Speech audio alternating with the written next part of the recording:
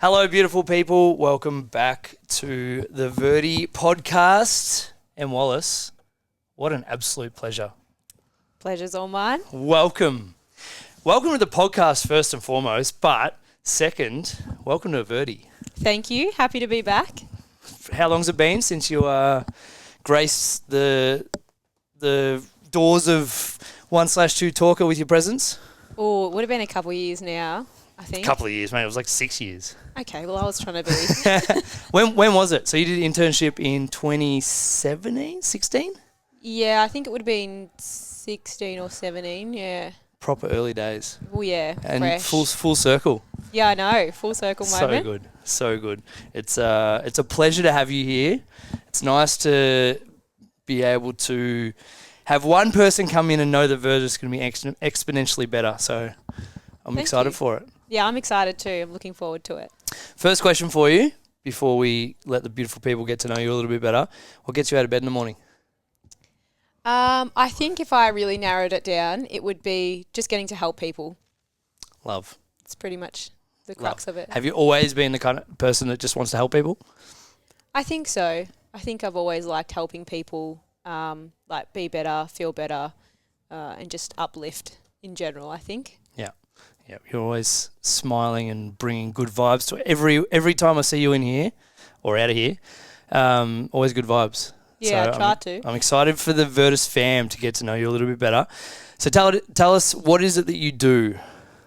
So I'm an osteopath at the moment. So I've got a background in strength and conditioning. Shout out to our osteopath friends. Yeah, but more so down the sports rehab pathway that Yep. I've really gone hard at for the last 2 years and developed in that area. So a lot of ACL rehabs, shoulder reco rehabs, bad hammies, that sort of stuff. Yeah. What made you want to be an osteo? Well, actually, I did my clinical exercise science degree, knew I didn't want to go into exercise physiology. Yep. Had a year off, had to think about it, and was sort of throwing up physio, maybe EP. And then someone actually came to me and said, why don't you consider osteo? Because cool. they sort of do everything that a physio does or that a chiro does, and you get the best of both worlds, more techniques, Yep. more holistic approach. So I went to a couple open days and pretty much decided from there that it was going to be a good fit. Yeah. That's cool. Who's better, osteo, chiro, or physio? Oh, no. Give me the tiers. Well, this is hot water. I'm going to make someone Straight upset in. here. Nah, yeah, fuck it. exactly. Burn So some bridges. I would be biased because I am an osteo, Yeah. so I'm going to say osteo. However, I do think the person matters more. Definitely. Good answer. Yeah. Good answer. Yeah, I think because it's so fascinating being in this industry and being so because obviously your job as a coach was to refer people, right? Like you find the right practitioners, and obviously it's a person dependent. But so many people just don't know who to go to, like in our industry, which to me is wild. But we deal with it every day. So how would you break down? And sorry for the question without notice, but how would you break down like who someone goes and sees? Well, I think it's dependent on what their injury is, and then what they want to get back to. And then I would always try and seek someone who has evidence or information that they're going to be good for that area for you. Yeah, I love that. Because I think if you have that almost like social proof of like someone else seeing them, and you have that referral network, then it allows you to go, well, you know, this person's seen them and had these results, which is the most important part. Yep. I'm going to go and do the same thing. But so many people go to GPs for musculoskeletal injuries or go see a chiro for a torn hamstring. It's just like, come on, let's get you in the right room, please. It kills me, the amount of weeks that people leave things or get poor information for, and then they finally see the right person, and it takes them like 3 to 4 weeks to get better. And they're like, I've just spent all this money and time on people that are giving me poor advice or not being able to help is alarming. Yeah. So obviously you have a process that you follow, but hypothetically, I'm playing footy on the weekend. I do a little ankle. Like, what's my process from there? So generally people would come in to see me for a consult first, Yep. And then we'd go through an assessment in terms of what's the severity of the ankle sprain and what do we do moving forward. Some Yep. people have already been to emergency and been in a moon boot, got x-rays, whatever. Yep. If I think imaging is required, then I'll refer out for imaging, and then Yep. we'll basically go from there in terms of whether we're on crutches or moon boot, how many weeks it's going to be, what that rehab process looks like, Yep. and then I would onboard them to a rehab plan or program that's really really thorough, in depth, and it ticks everything off that they need to do with intervals that they need to see me at to make sure they're progressing well. So it's a lot of support. Yeah, yeah. Talk me through like that. What does that support look like down the track? Because most people would understand. I go see a physio, I go see an osteo, and I get diagnosed, and then I get that initial acute treatment. But then, what does it look like from there? Yep. So I think where it generally lacks is you sort of get the piece of paper, go and do these exercises, come and see me next week. I tell you what, if one more physio gives someone a piece of paper with little fucking stick figures, I'm going to murder you. How many are you seeing in your time? Too many. It's so gross. We live in an age where you can literally video someone doing it, or give them a program via an app, or send them a YouTube like list of videos. I don't care how you do it, but stick figures, be better. It's fucking gross. I hate it. It makes me so mad. It's no good. And like, people don't do it. They're not motivated. No. They don't do it. I feel like the most buy-in I've got from people is with objective testing data and with a program that they know they have to follow through an app, through Train Heroic, which you use as well. Shout out. Shout out, plug. But it's got videos, reps, sets, intensities. Like, I can see that they're ticking off their work. They can ask me if something's not working, if they need something changed, or form feedback on things. And then they know they're going to get tested at a certain time interval. So it sort of puts the onus back on them that you got to get it done. If you're shit, we're gonna see it. We will know. Yes. And you will know. Yeah. And I think that, like, because we know the biggest factor of success for rehab's adherence, right? Yeah. So having something like that to follow, to tick it off, we get feedback every session. You get feedback every session because you put your readiness in, you put your how you're feeling, you put your intensity level in. So you actually get like a really clear picture, unlike the fucking stick figures on a fucking piece of paper.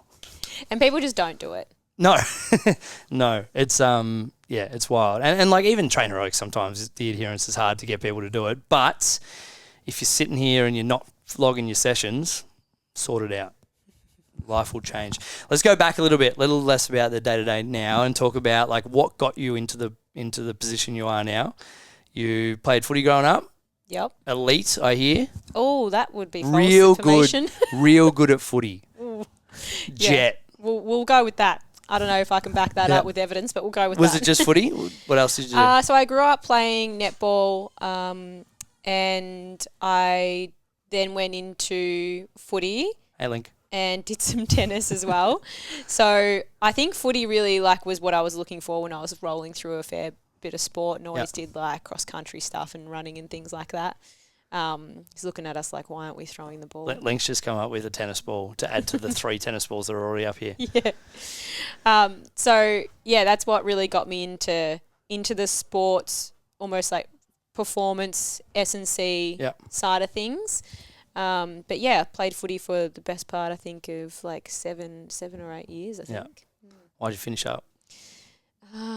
Washed up. Can I choose Washed up. Absolutely you can. I don't know if I believe you, but I sort of I tried the VFL thing, which was very hard at the start because I would have needed to sacrifice time at uni or work income, which that wasn't really an option, to do what I needed to get better, to look forward to maybe AFL stuff. Like, I just didn't have the base. See, Chet. I didn't get picked up, so take that as you want. But I didn't sort of have the time to divide. I had to decide what was more important. And obviously I was going to uni to get a degree, to develop a career. So that was more important to me. And then through the process of all that, trying to do so much, I sort of lost the love when I come back to local footy. And I was like, if I'm not going to be all in, then I'm not going to. You may as well go all in on your career instead. Exactly. And I sort of made that executive decision. Yeah. Why did you choose exercise science? What was it about that made you, like, actually, first question, were you always going to go to uni? And second question, why did you choose exercise science? I think I was always going to go to uni. I chose exercise science because I was interested in the strength training, conditioning, all that side of stuff. And then the sports, obviously, if you're involved in sports and you like sports, it sort of filters you down that pathway. It's the natural pathway for sure. Yeah. Everyone's like, why'd you do it? I like sport. Repeat. Every intern ever. Literally. That was about it. Yeah, and then what was it about, like obviously we mentioned before, like why you chose Osteo, but like what did you love about uni? What did you not like? What was your experience? And where'd you go, by the way? Did you go I went to Deakin? Vic Uni No, for Vic both. Uni. Vic Uni. There you go. All the way out in Footscray. Oh yeah, it was far. It was a trek. Yeah, it's a hike. Yeah, what was it about that made you want to kind of dive into this industry?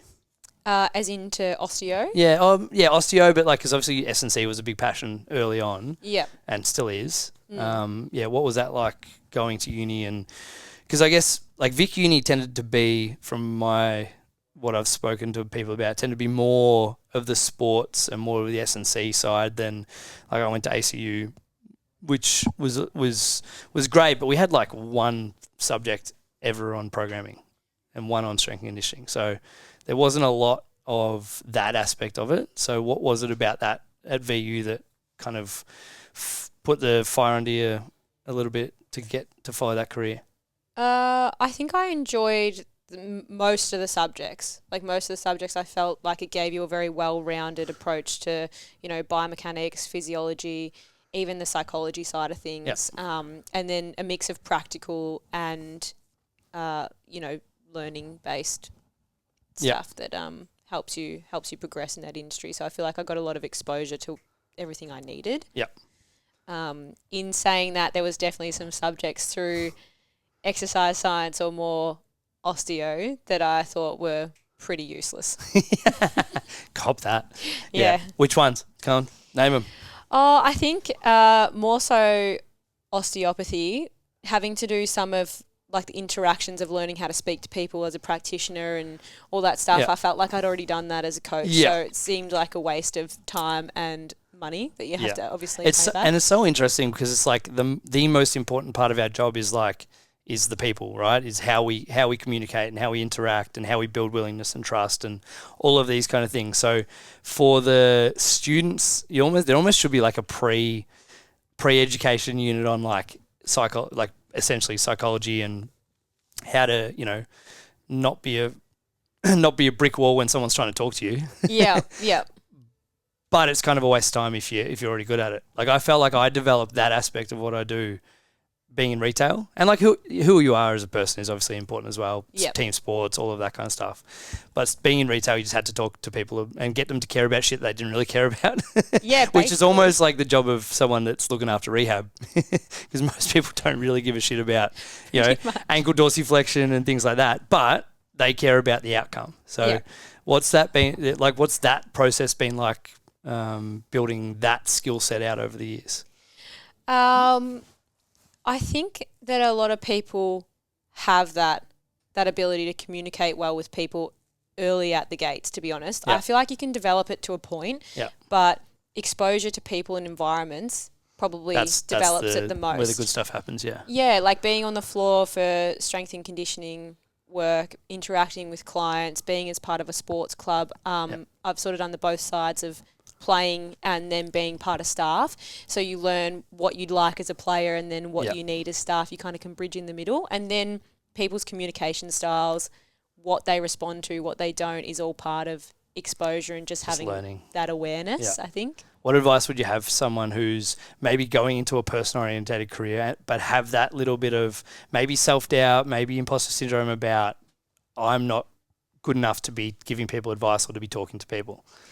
I think you just need to throw yourself in the deep end and go through exposure and then put yourself in uncomfortable situations and environments where you have to interact with people. Like if we've done our retail part, everyone will know hospo or retail.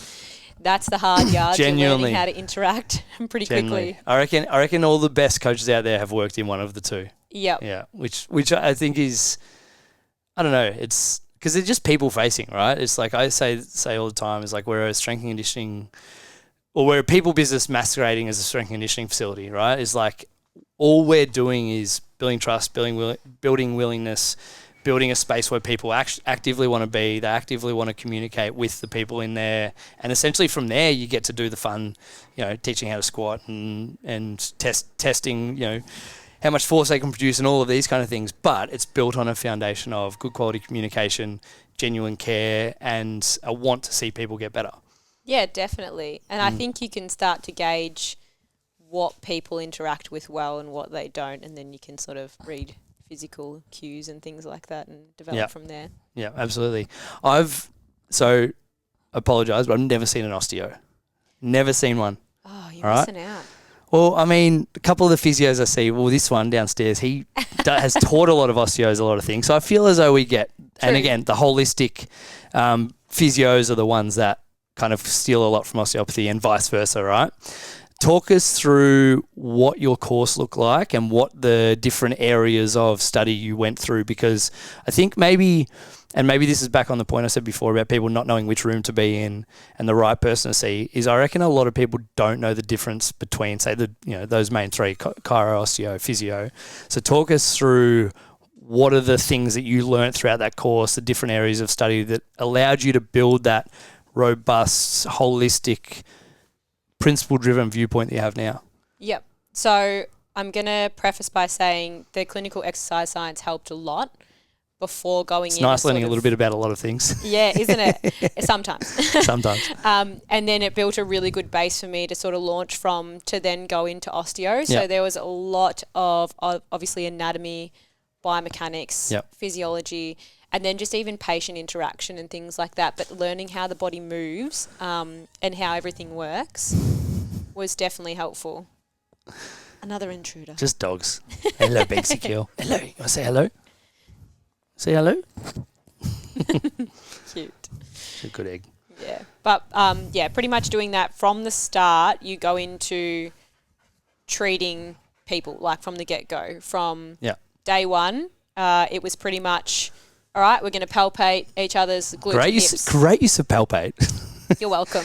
One of my favourite words, that. Yeah. So it was a pretty broad mix of what we went through, but obviously very heavy on anatomy and physiology because you need to have the basis of understanding to then, implement the techniques, know how injuries happen, how to rehab them, how to progress forward, and then all the clinical side of things as well. In saying that, there was not a lot of rehab, like in-depth rehab. I feel like some things, obviously you have to go down the research pathway a little bit to contribute to the course overall. I feel like there was a real gap in the rehab component that was sort of brought in quite late to cover everything else first, that I didn't find too hard, obviously, to get my head around because of the clinical exercise science was a lot of that like rehab-based stuff. But then I still had to go out and do a lot of professional development afterwards to work in the area I work in now. Yeah, Jackie's not very good at shutting the door. And it's exciting. So you finished in, when did you finish your degree? I finished in, would have been 2019. Yep. Nope, that's a lie. That was 2021. 2021. Yeah. So you finished 2021. What's your pathway look like that from where you've been working to what you've been doing? So as soon as we could do our placement hours, so you did it in clinic at uni, but then you could opt to do it outside of clinic if you wanted to. And the kind of person I am, I was just like, I want to get all my hours as soon as I can and as much exposure as much as I can. I was having that conversation with Jack this morning, and if you're an intern or if you're a student, go do it early and pick where you want to do it. We find the ones that come at the ends after they're like, I better find somewhere. Terrible. Yeah. Way better if you get on the front foot and push forward early. So good from you. Yeah, absolutely. I was like, I need to learn, and I'm not totally patient with everything. With some things I am, but with things like getting my hands dirty and actually learning by doing, I need to do it like as soon as I'm able. So I actually met my clinic hours very, very early. How'd it go? And then got a job straight out pretty much at Cranbourne Osteopathy, doing pretty much traditional osteo things, overseeing by the clinic owner at the time. And then I actually was asked if I was interested to do the sports rehab stuff by a performance-based gym out in Narre Warren. They're like, would you like to do the sports rehab Access, stuff? give them a shout out. Yeah. Access.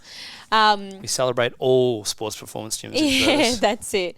So that was with Rod down at Access, and I was doing a lot of sports rehab based stuff, a lot of clients, and obviously grew a lot from that, just from exposure. And you learn things, from exposure, and obviously sometimes you miss things here and there as you're learning. Just make sure it's nothing super important, and then you develop from there. But like anything, you get better from reps, right? And repetition, and having that feedback loop where you are solving problems and figuring out why things happen, and then you're just repeating and getting better, right? Yeah. What was the main difference between the clinic focused osteopathy and the more performance based? What have you found? I think the expectations of clients is probably the biggest difference. Yep. And then how you manage them from that expectation. So straight up clinic is most people come in, they expect a relatively passive treatment to fix them, and then you can give them a few rehab exercises, which they're more than likely not going to do. Just draw on a piece of paper. Yeah, that's it, and then palm them off. Yeah. But then they'd come back to see you like week on week and then sort of, get back to like just basic functioning and not necessarily back to like a very good level of functioning or even better than before. Yep. So I don't think I would have ever lasted very long in that industry just because that's not really my pathway or personality. Yeah. It'd be frustrating kind of, you'd be like Groundhog Day, seeing seeing similar people or similar type of people. Yeah.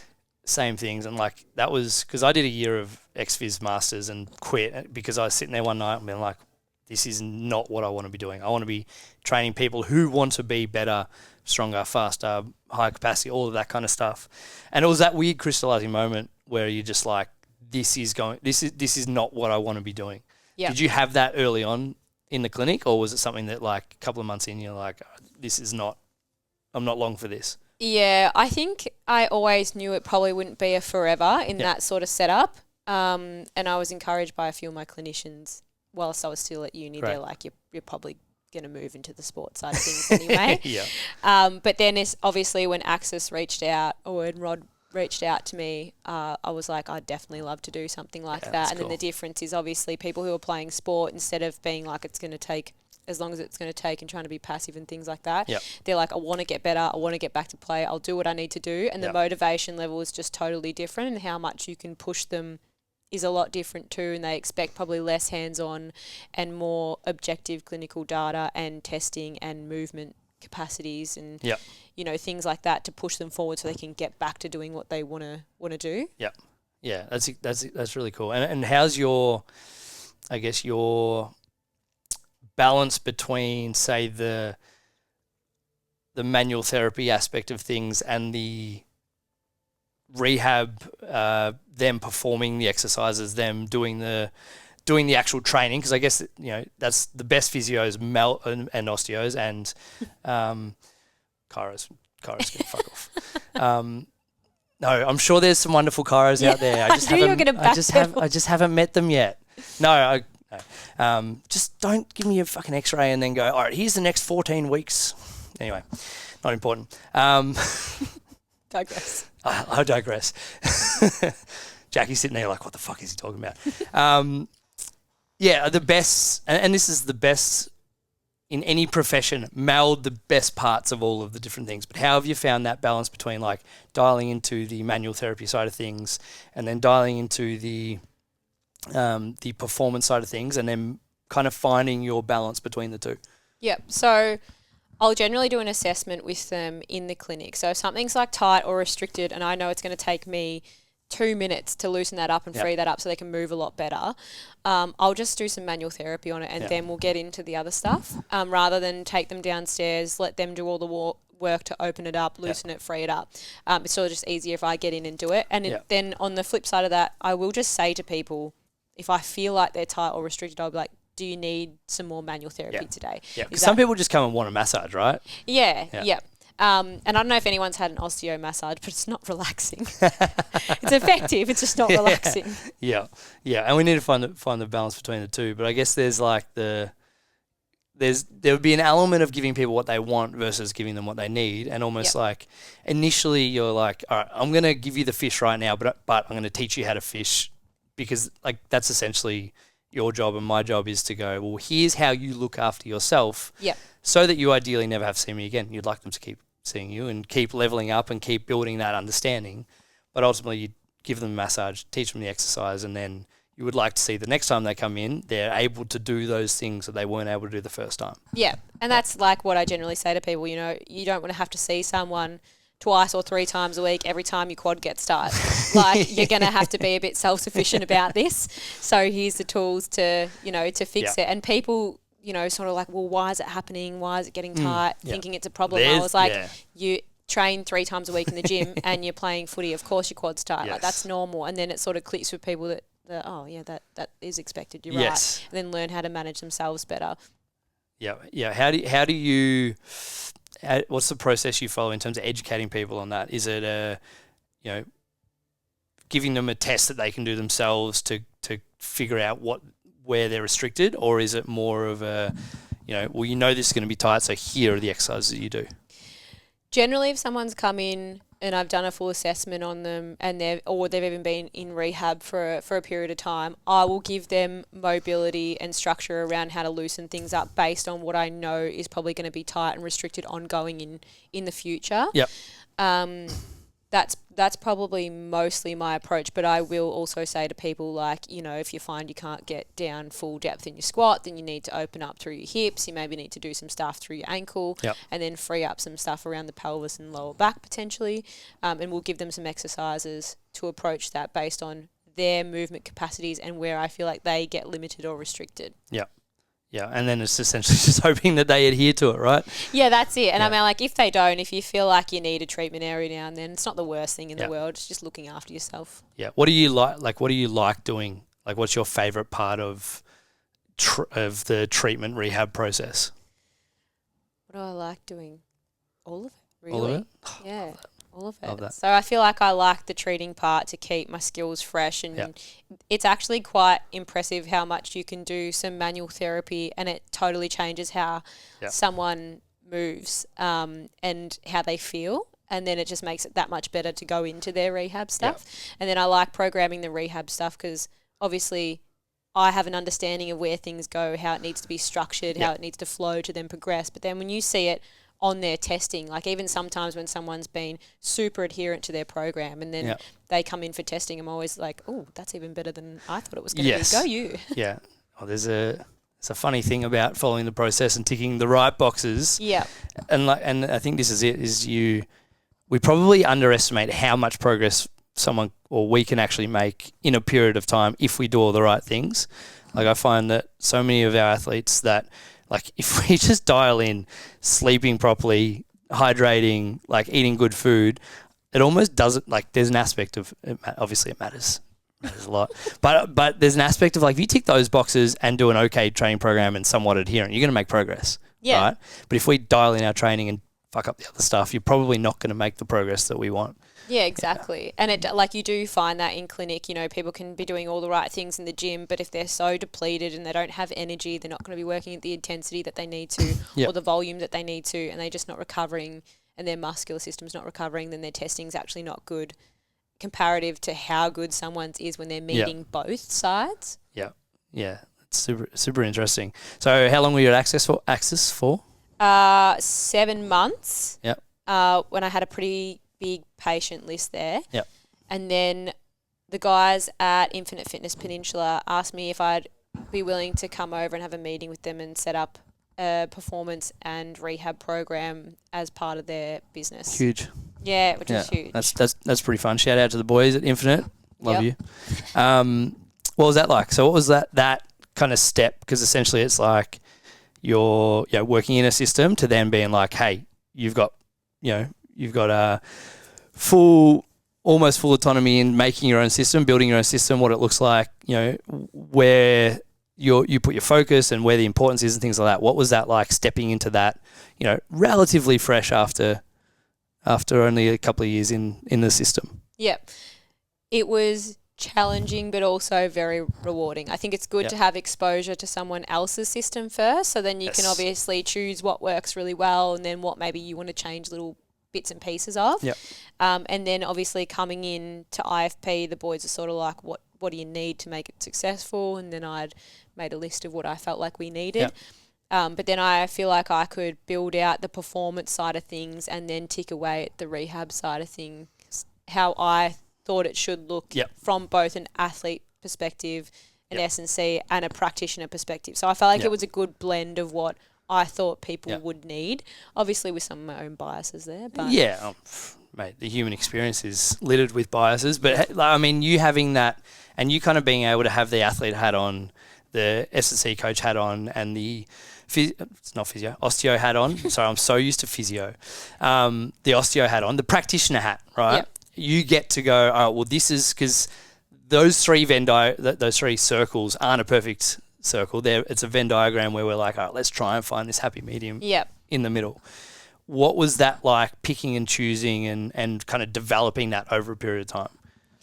Yeah, it was a lot of work. And obviously there were some kinks to work out in terms of like what was going to be their cycle of testing, what were we going to focus on, blocks of the season in terms of like a volume heavy versus strength and power development versus maintenance in season sort of thing. And then going into different sports. So obviously my background's really big in footy. So I have a very good understanding of footy, and most of our affiliate clubs were football clubs, and most of our athletes were footballers. So it was easier to work with that niche, and then we started to filter in like cricket, basketball, tennis, and then had some really left field athletes too, and I was sort of like had to pivot and research and look into things. But if you have a base understanding of biomechanics, physiology, what you need to achieve, what that sport looks like, then you can build it out that makes sense. And I think I mean, the longer I coach for, the more I realize it's all the fucking same stuff. Like we have so many different athletes come in from different sports, and they're like, how do I train properly for karate? It's like, go do karate. I'll deal with the foundational strength and capacity work, right? And I think that's a big area that I've found that the whole industry as a whole is getting better at, is that realizing that, you know, essentially all we do is GPP, being a general physical preparation for those playing at home. But essentially, like, your sport is your sport. If you want to get better at your sport, play your sport. If you want a bigger container, more capacity to perform at your sport, get in the gym, go CM, do your rehab properly, and make sure you follow all of the stick figures. Yeah, that I don't give. Exactly. So how long did you work at IFP for? I went there late November 2022. Yeah, wow. So it's almost 3 years. And just finished up last week. Yeah, good. What was that? What was that process like? Or not process, but what was that? What was your growth like? Where do you now reflect on and go, well, I grew in these areas over that 2.5 year period in that environment?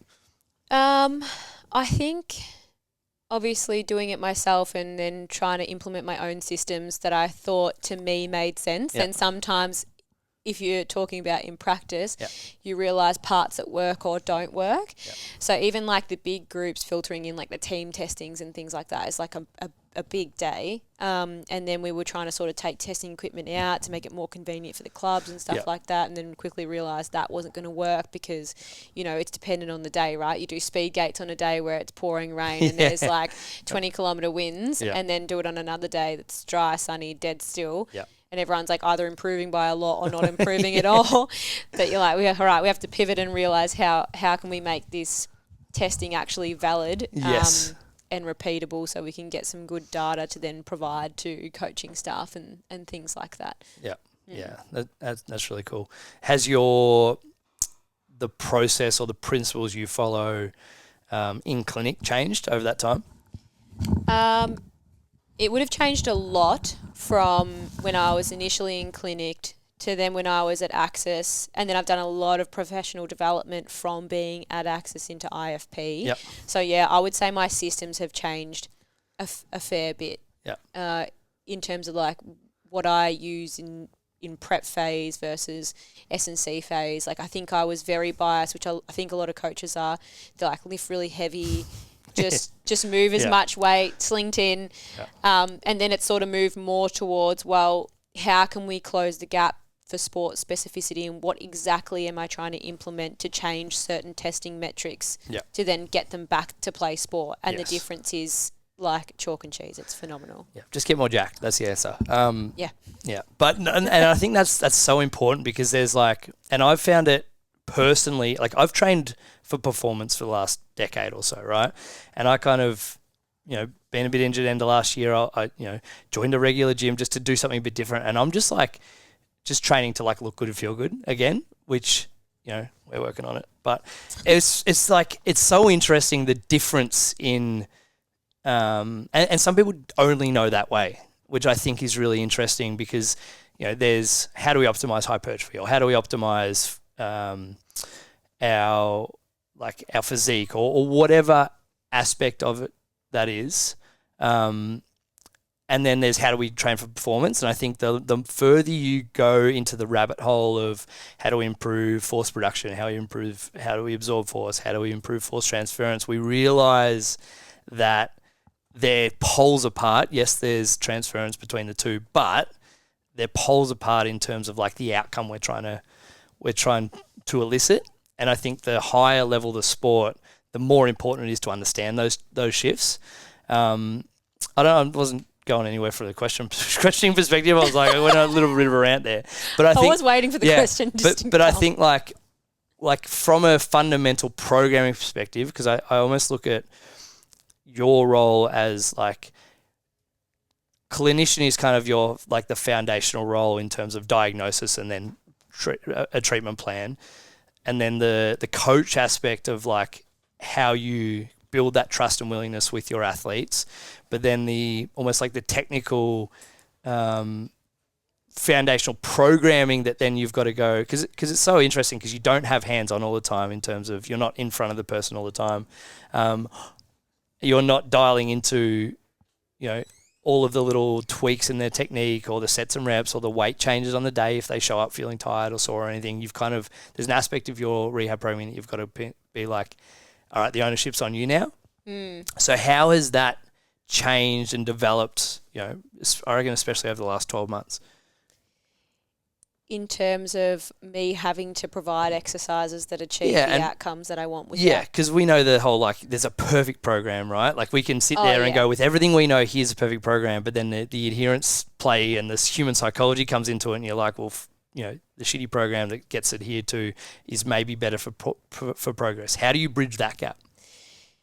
Yeah, it's the longest question ever, by the way. It would be great to have one way and one program and be able to say, this is my ACL program and I'm going to apply that to every ACL. Yeah, and this is exactly how we're going to do it. Yeah. I cannot stress how much that does not work. Yeah.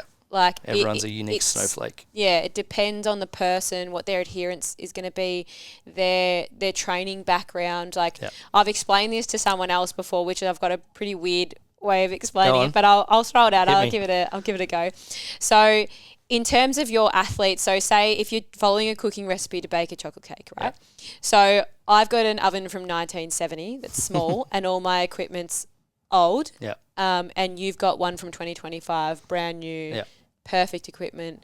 Like the tray sizes are different, but we're following the same recipe. We're cooking for the same time. Different outcomes. Do we think that there's going to be different outcomes? Exactly. So then why would a person who's has really poor training history, just joined sport, does their ACL, they actually have very minimal strength and conditioning or movement competency, versus someone who's been in a higher level system, maybe like AFL, VFL, or played local level footy at a good level and done their S&C for years, you're going to approach that differently, right?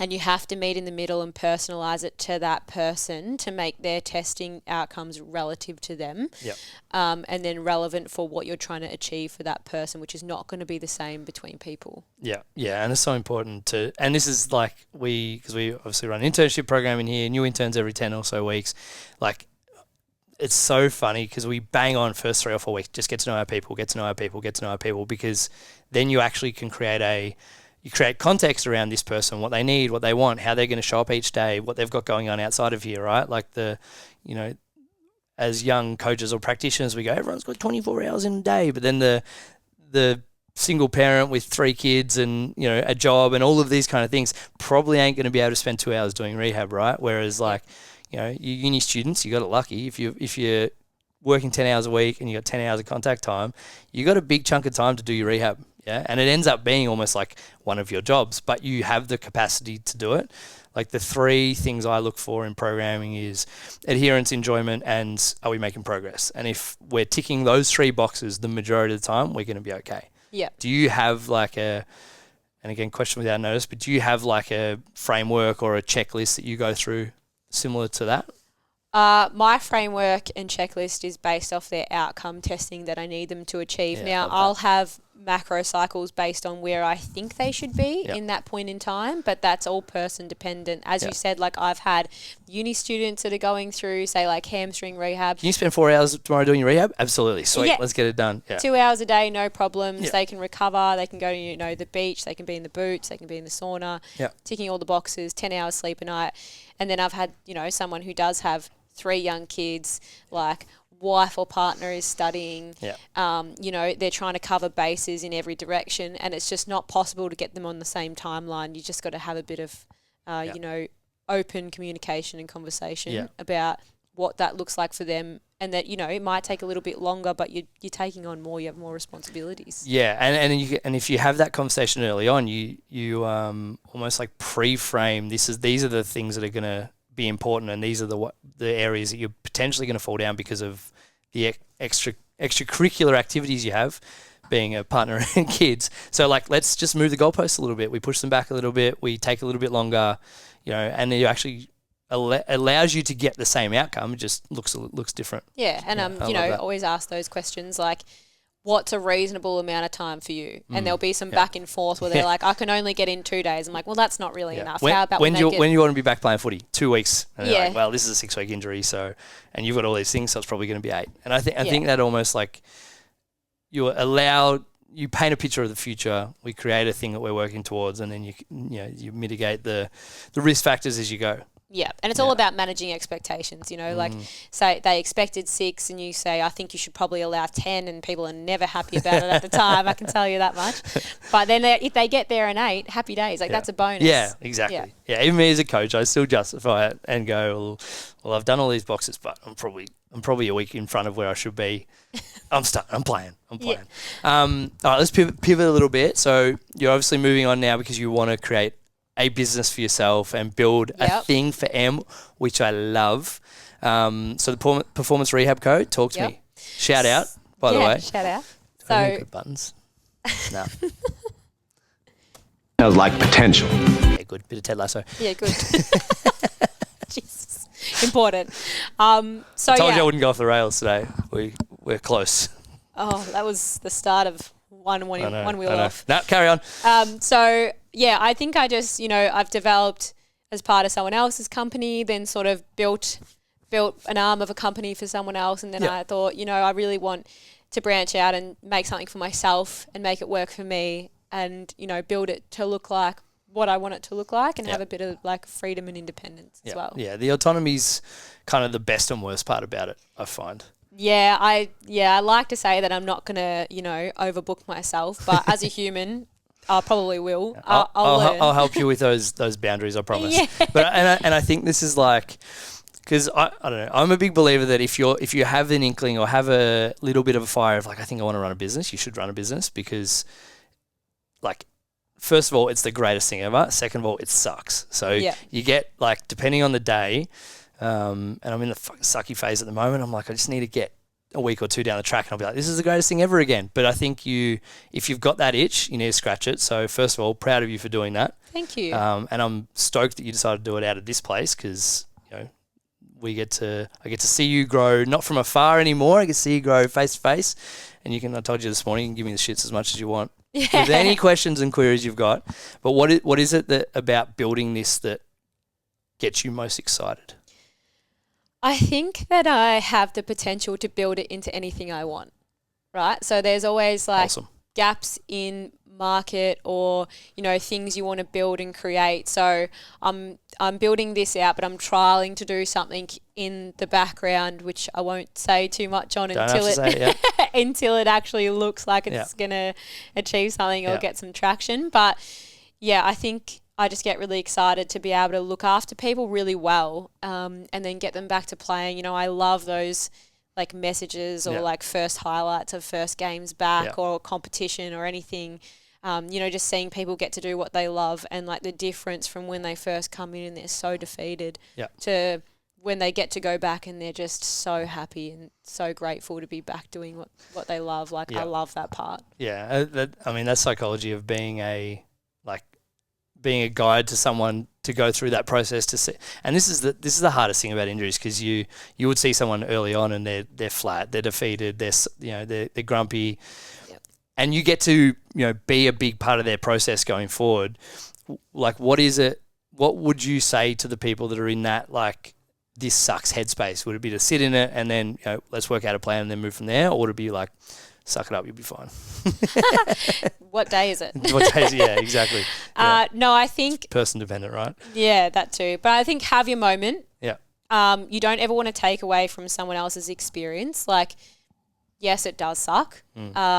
Yes, it is shit, no matter how big or small the injury. It does limit you for a period of time. It is inconvenient. But I think then there's also, like, you can deal with the suck, but then let's make a plan. Yeah. What do we want to work on? What are we moving forward? What does that look like? I think if you take away the unknown, it really diminishes people's anxiety, and they just think about, okay, well, this is the first goalpost I'm aiming for. And as soon as you have aim and direction, you can feel like this sucks, but you're going somewhere with it. Yep. And I've had multiple conversations with people who've and young kids who have done like ACLs and stuff, and they, they're so defeated. And I go, well, how about, why don't we think about what do you want to improve on in your game? And they sort of go like, oh, what do you mean? How can I? Here are the opportunities. Yeah, I'm like, do you want to get faster? Do you want to jump higher? What do you lack? What's going to build that bridge for you? And they get really excited because they get to make a performance goal. And I said, it starts from ground zero. We can actually change your running mechanics. We can make you quicker. We can make you more efficient. And they get heaps of buy-in from that. Yeah. And it's nice to see that all the way through into fruition, where they sort of go, oh shit, it happened. I did all those things. And I think there's the good stuff as a practitioner, to be able to be like, all right, shitty situation, sit in it, create some perspective around like the opportunities that are now arising from it. And like, you're right, no one likes getting injured sucks, but some injuries just bad luck, but a lot of injuries happen for a reason. So it allows us to create a space. And I'm not saying the universe is telling us a certain reason. I'm saying, like, it might be a deficiency somewhere, or it might be a handbrake we're running around with somewhere. And hopefully it allows us to clean that up, improve our performance overall, so you come back a bigger, stronger, more resilient, more robust athlete. Yeah. Back on the business front for a second, what are you most afraid of? Where's most anxiety and apprehension coming from? Because I think there's like scary and exciting is why business is so wonderful and so difficult sometimes. So like, I want to hear the other side of it from essentially like first day. What does the future hold? What am I worried about? I think it's the same for everyone, right? Failure. Like, I think everyone that's in business would say their biggest fear is failure. Yeah. And, part of me goes, who cares? You fail, you just do something else, you just get another job, you just try again. Yeah. But then also it means so much to you that you want it to be so successful, which you would know. I mean, what was yours? I was just an ignorant 23-year-old when I opened this place. So I was like, so you were like, it's so gonna I was work. I was like, well, and that's almost it. Like, there was almost the aspect, and like there's two types of failure, right? There's a failure that you stop trying, and there's a failure where you fall over and you pick yourself up and you go, well, this is why I fell over, and you redesign what you're doing to hopefully not fall over again. But you're going to fall over again because there's going to be something else that trips you over down the track.